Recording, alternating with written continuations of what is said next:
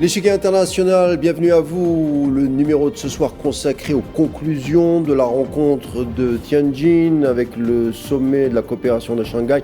Seconde partie, puisqu'on en avait parlé hier. Alors, ça se veut une sorte de rencontre OTAN bis. Le texte intégral de la déclaration est tombé, on va en parler bien entendu. On pourrait peut-être même nommer le texte le pacte de Tianjin. La Chine célèbre en grande pompe sa renaissance et compte bien redessiner la carte asiatique. Elle et les autres pays en appellent également à une réforme de l'ONU. Il y a d'autres points sur lesquels nous allons nous attarder concernant ce 25e forum. On va décortiquer cette diplomatie asiatique subtile, loin de la politique spectacle incarnée par d'autres, car de ce côté-ci du monde, on a le sens du symbole, lequel n'a pas pour but seulement d'affoler les compteurs sur réseaux sociaux. On en parle, c'est maintenant.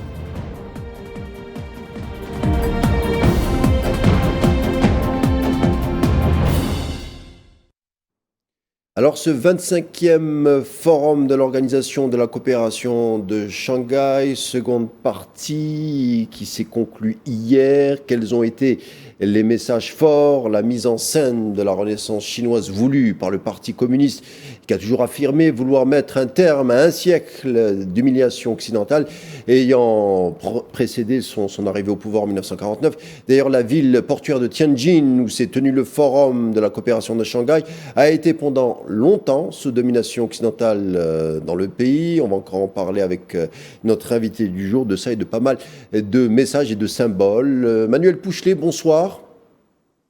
Bonsoir monsieur et merci pour votre invitation. Toujours un plaisir. Alors vous êtes analyste en géopolitique, enseignant également, professeur. Merci d'être des nôtres. Merci monsieur.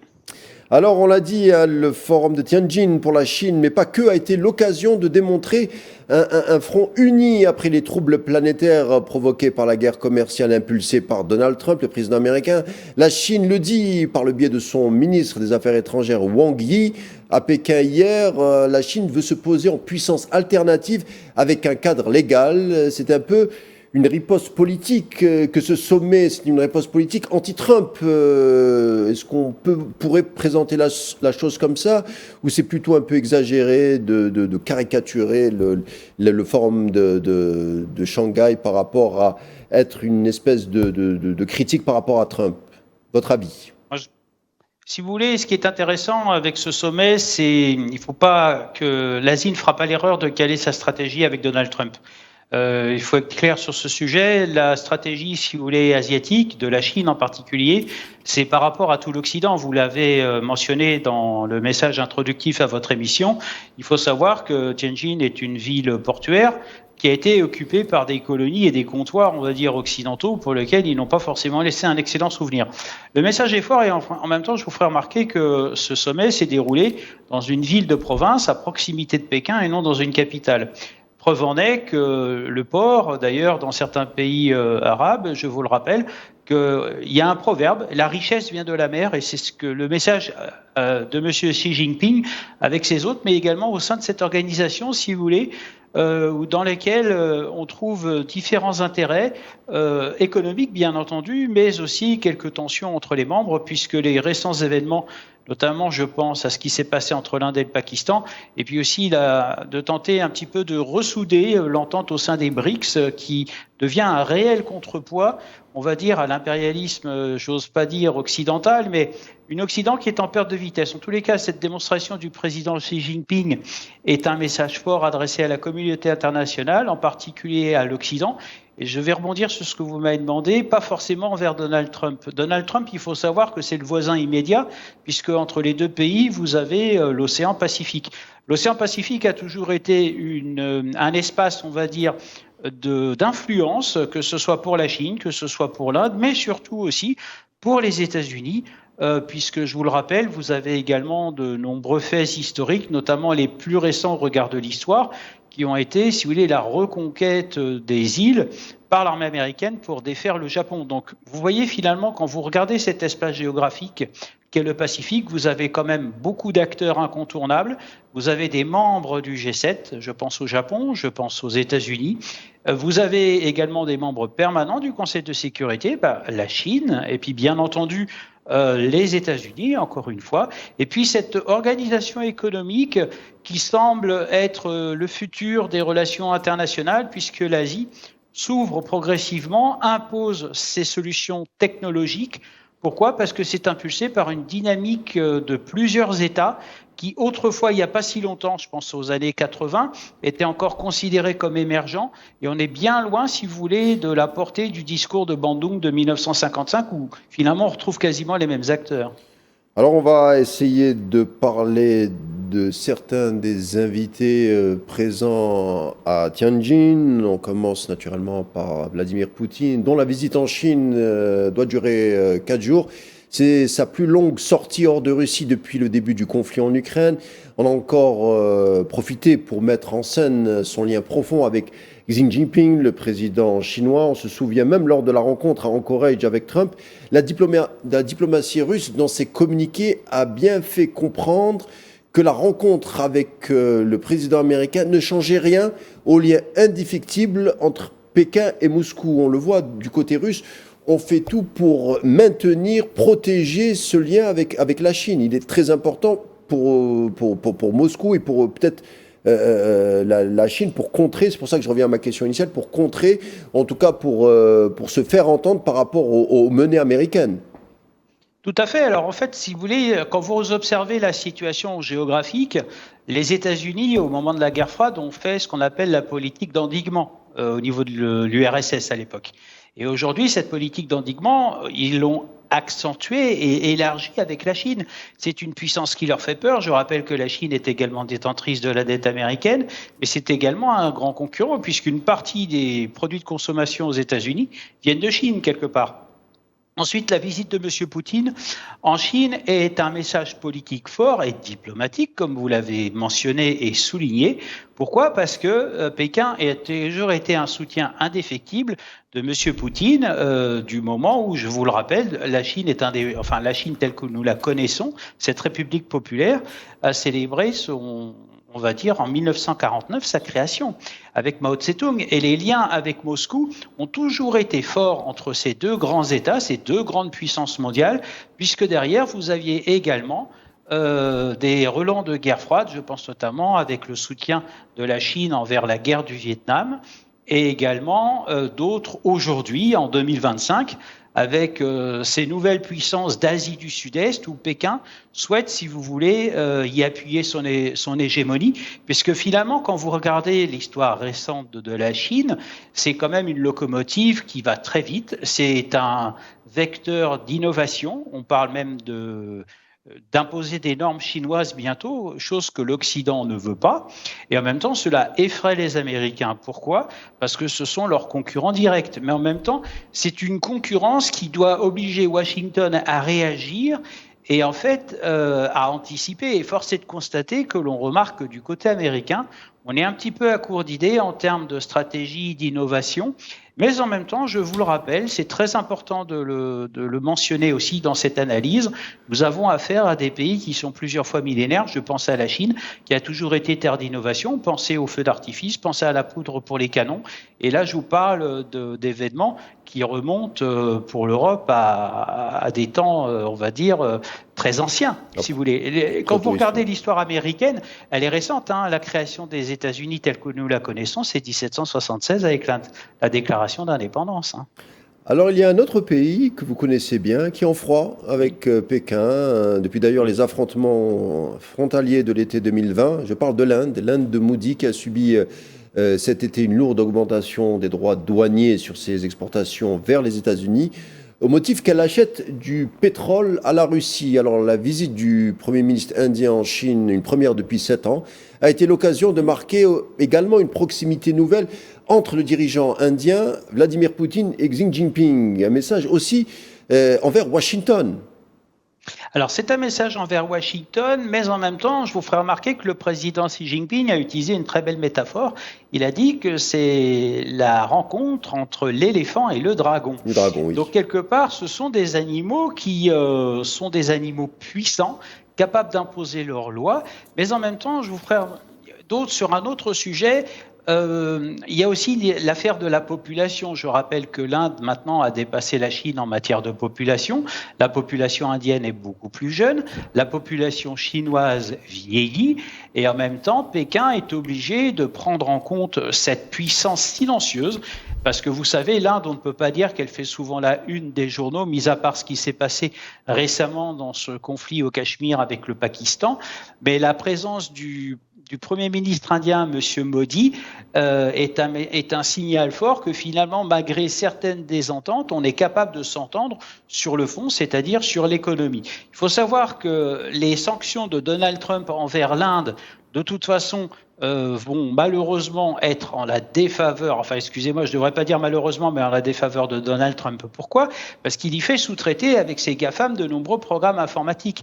Il faut savoir que l'Inde est un vivier d'informaticiens de très bonne qualité et particulièrement bien formés sur des solutions innovantes. Et finalement, les Américains sont consommateurs de solutions indiennes. Mais vous savez, Donald Trump, il a un petit peu un principe de commander, c'est surprendre, celui qu'on appelle POTUS aux États-Unis. De toute façon, regardez bien, il avait d'abord fait des menaces sur les droits de douane avec la Chine qui étaient énormes. Finalement, il a fait marche arrière. Maintenant, je sais qu'il essaye de manière habile et subtile de tenter l'Inde de se rallier, on va dire, à la cause américaine. Pourquoi ? Parce que vous savez que dans la région Pacifique, qui est très convoitée et très disputée, d'ailleurs c'est le premier poste de dépense des Américains en matière de défense, vous avez également l'Inde qui pourrait constituer un flanc ouest de protection à cette fameuse alliance qu'on appelle l'AUKUS. Vous savez, cette alliance pour laquelle Donald Trump met beaucoup d'énergie, notamment avec le regroupement de pays de proximité, tout simplement pour consolider cette politique d'endiguement de la Chine qui finalement fait bien peur aux Américains, mais également à ses alliés. Aujourd'hui, il faut avoir un regard un petit peu différent. Nous sommes aussi avec l'OCS, comme vous l'avez mentionné. C'est aussi des États qui ne sont pas forcément d'accord et qui peuvent aussi s'affronter, il ne faut pas l'oublier non plus, mais également qui sont capables de se réunir pour trouver des initiatives et trouver, si vous voulez, une voie d'avenir qui, de toute façon, va contrecarrer sur le très court terme les plans occidentaux. Alors, ne nous limitons pas, si vous voulez, à l'espace asiatique. Vous avez également l'influence de ces grandes puissances sur le continent africain, sud-américain et Amérique centrale, et voire en Europe. Alors, vous avez parlé de la politique d'endiguement qui remonte à Brzezinski. Lui parlait surtout de la Russie, mais d'autres avaient vu aussi la montée, la puissance de la Chine.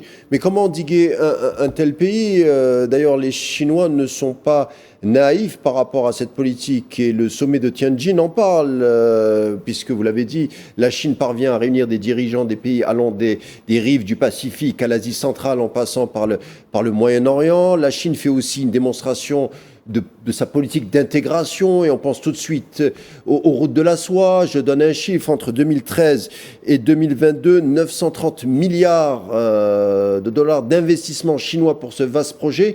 On se donne les moyens du côté de Pékin pour faire contrepoids à l'hégémonie américaine. Donc, comment endiguer ou comment limiter cette volonté de puissance chinoise ?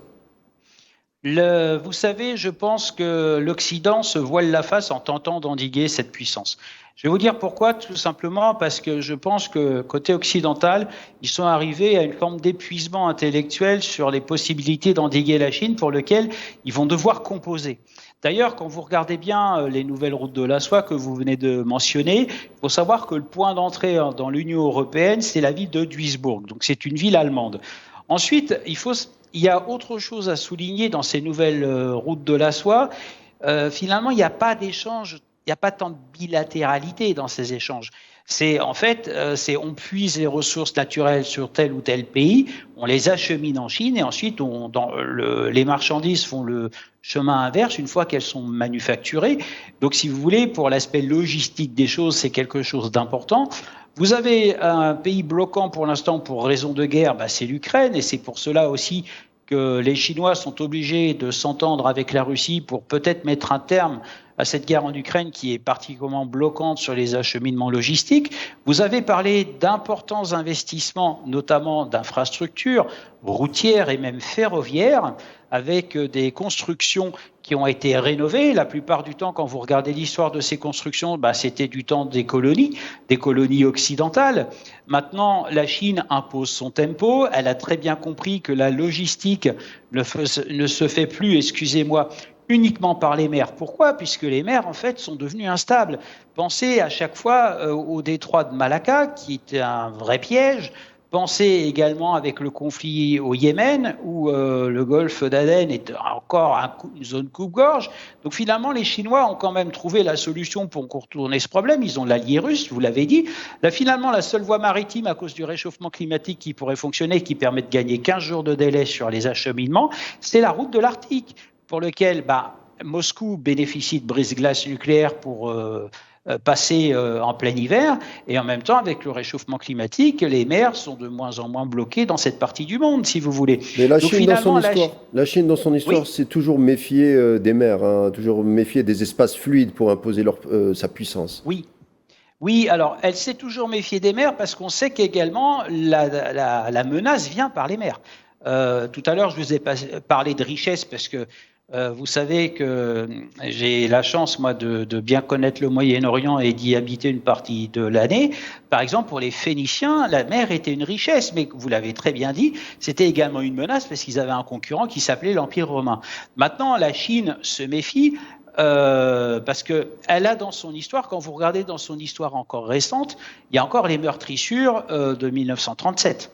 Et ça, les Japonais d'ailleurs la guerre sino-japonaise. Alors, en 1937, avec le fameux massacre de Nankin, d'ailleurs, les Chinois en veulent toujours au Japon, qui jusqu'à présent ne s'est jamais excusé de ces atrocités. Ensuite, vous avez également, par rapport à l'Occident, la guerre de l'opium. Et ça, c'est resté dans la culture chinoise comme un épisode particulièrement douloureux pour cette culture, on va dire, plusieurs fois millénaire. Vous avez affaire à des populations, à une culture qui a la mémoire intacte. Longue, donc, si vous voulez, la mémoire des empires. Il faut le prendre en compte, tout à fait. Alors, et bien sûr de leurs erreurs, faut être honnête. Alors là, je parle des empires en question. Maintenant, ce qu'il faut prendre en compte, c'est que la Chine est une puissance qui est devenue concurrente. On voit à l'image des porte-avions, ou même, il faut savoir que la Chine, en très peu de temps, a fabriqué l'équivalent de la totalité de la marine française au niveau des vecteurs qu'elle emploie sur les mers. Mais petit rappel, aussi bien les Américains que les Chinois ont compris l'enjeu stratégique des mers. Pourquoi ? Parce que ce sont deux grandes puissances qui n'ont pas de pied-à-terre comme pourraient l'avoir les Britanniques et les Français à l'étranger. Mais c'est surtout aussi pour contrôler... Pour eux, tout part de la mer. Voilà. C'est surtout aussi pour contrôler les routes de l'énergie, parce que la Chine dépend aussi beaucoup du pétrole qui vient de l'international, et elle ne contrôle pas encore complètement les routes de l'énergie. Il y a notamment une concentration de la flotte américaine qui se balade dans les environs, et la Chine ne peut pas encore imposer sa présence, parce que tout bonnement, elle n'est pas au niveau de la flotte militaire américaine. Mais parlons encore d'histoire. Demain a lieu justement un défilé militaire destiné à célébrer la victoire de la Chine dans la Seconde Guerre sino-japonaise entre 1937 et 1945, et la fin de la Seconde Guerre mondiale, donc, sur la place Tiananmen à Pékin. Comme chaque année d'ailleurs, le président Poutine y assistera, ainsi que le Nord-Coréen Kim Jong-un. L'occasion pour la Chine de mettre en scène justement sa montée en puissance de ses capacités militaires, notamment, vous l'avez dit, dans le sud-est asiatique. L'avenir se jouera là, et non plus au Moyen-Orient. C'est la fameuse doctrine Obama. Alors, c'est la doctrine Obama. Bon, il faut dire aussi que les Américains, je pense, sont arrivés à avoir épuisé toutes les solutions avec le Moyen-Orient. Je rappelle que le Moyen-Orient est une région qui est volatile et irréversible. Donc, forcément, les Américains n'ont jamais réussi à le contrôler totalement, ou tenter de le faire, mais de manière très maladroite. En fait, quand vous regardez la présidence Bush, ils ont toujours confondu les différents courants religieux au niveau de l'islam. Donc forcément, c'est une grave erreur. Ensuite, en ce qui concerne la Chine, il faut savoir qu'à coups de milliards de dollars, elle investit énormément, mais soyons prudents. je peux vous dire qu'il y a quand même certaines limites où maintenant les ressortissants chinois se font enlever. Là, je vous parle en connaissance de cause, notamment en Afghanistan. Il y a quand même eu également dans certains autres pays d'Afrique où aujourd'hui, si vous voulez, la Chine, les Américains et les Européens ont un ennemi commun qui est le terrorisme. Regardez, l'Inde a également été attaquée sur son sol à Mumbai quand il y a eu les attentats dans cet hôtel.